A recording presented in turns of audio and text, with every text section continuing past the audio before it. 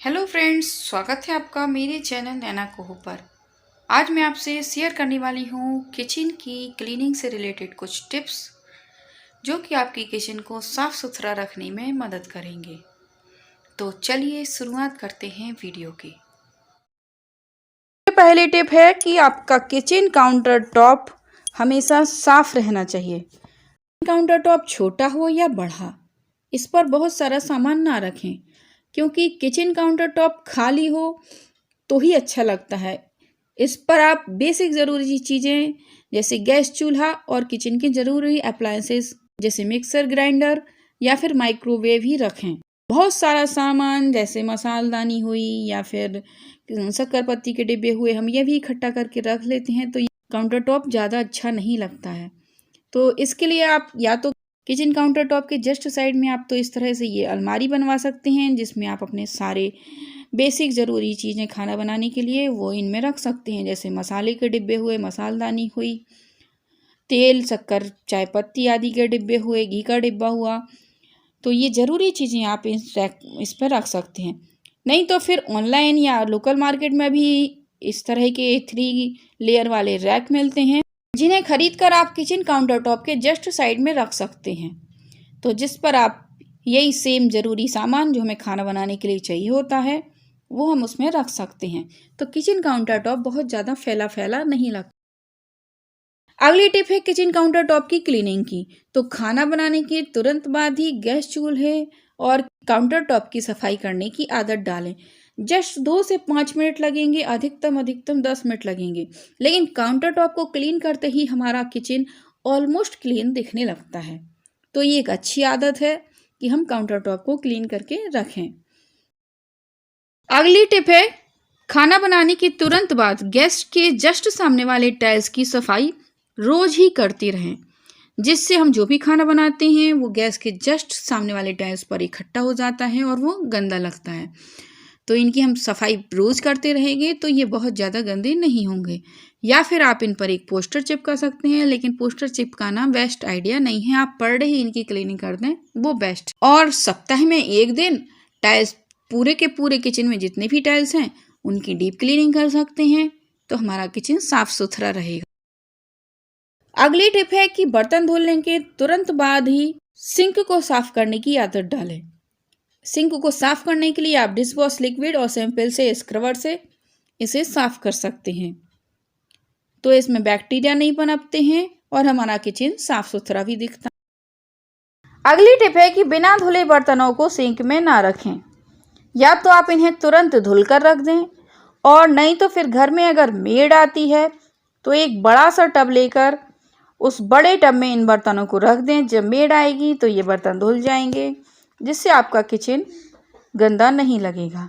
और इस टब को आप सिंक के नीचे वाले हिस्से में रख सकते हैं। अगली टिप है कि बर्तनों को धुलने के तुरंत बाद जैसे ही वो सूख जाएं, उन्हें तुरंत ही बर्तन स्टैंड या फिर रैक, अगर मॉड्यूलर किचन है तो ट्रॉली आदि में रखने की आदत डालें।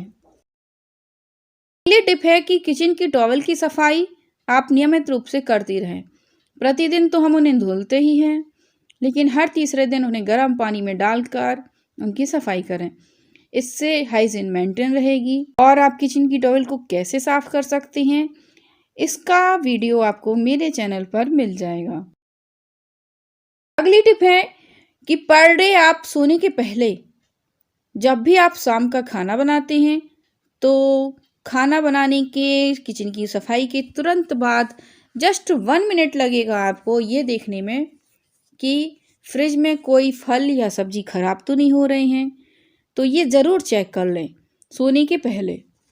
जो भी फल या सब्जी खराब हो रहे हैं और हम उन्हें यूज़ करना नहीं चाहते तो तुरंत ही हमें उन्हें फ्रिज से निकाल कर अलग कर देना चाहिए, नहीं तो फ्रिज में सामान इकट्ठा होता ही रहता है। इसके साथ ही एक और टिप है कि जो भी फल सब्जियां आप मार्केट से खरीद कर लाते हैं उन्हें धुलकर सुखाकर तुरंत ही फ्रिज में रख दें, जिससे हमारा फ्रिज क्लीन बना रहेगा। कि कम से कम सप्ताह में एक बार कर सकते हैं तो ठीक है, नहीं तो 15 दिन में फ्रिज की एक बार डीप क्लीनिंग ज़रूर करें।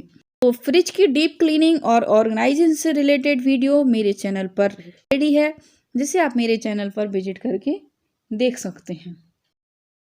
एक और टिप है कि आप नियमित तौर पर अपने चाकू, छुरी, छिल्ली, सब्जी काटने की कैंची, चॉपिंग बोर्ड और भी छोटी मोटी चीज़ें हैं तो उनकी सफाई नियमित तौर पर करती रहें।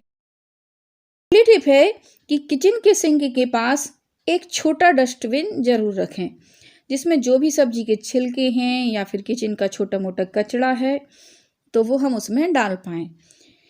इसके साथ ही इसमें एक पॉलीथीन लगा सकते हैं तो जिससे हमारा डस्टबिन गंदा नहीं होगा। जैसे ही डस्टबिन भर गया, हमने पॉलीथीन को उठाया और कचड़े को फेंक दिया, जिससे डस्टबिन गंदा भी नहीं होगा और आपको डस्टबिन धुलने की मेहनत भी नहीं करनी पड़ेगी। तो मार्केट में डबल वाले डस्टबिन आते हैं, जिनमें डस्टबिन के अंदर आपको एक बकेट मिलता है जिसमें हैंडल मिलता है, तो आप उस बाद में आप कचड़ा फेंक के और उस बकेट को धो सकते हैं, तो पूरा डस्टबिन गंदा नहीं होता। अगली टिप है कि आप किचन की विंडो में एक मच्छर जाली जरूर लगवाएं। का विंडो ज़्यादातर टाइम ओपन ही रहता है और अगर हम जाली लगवा देते हैं तो इससे किचन में मच्छर, कीड़े मकोड़े, चूहे, बिल्ली आदि अंदर नहीं आ पाते हैं। अब बात कर लेते हैं ज़मीन की सफाई की।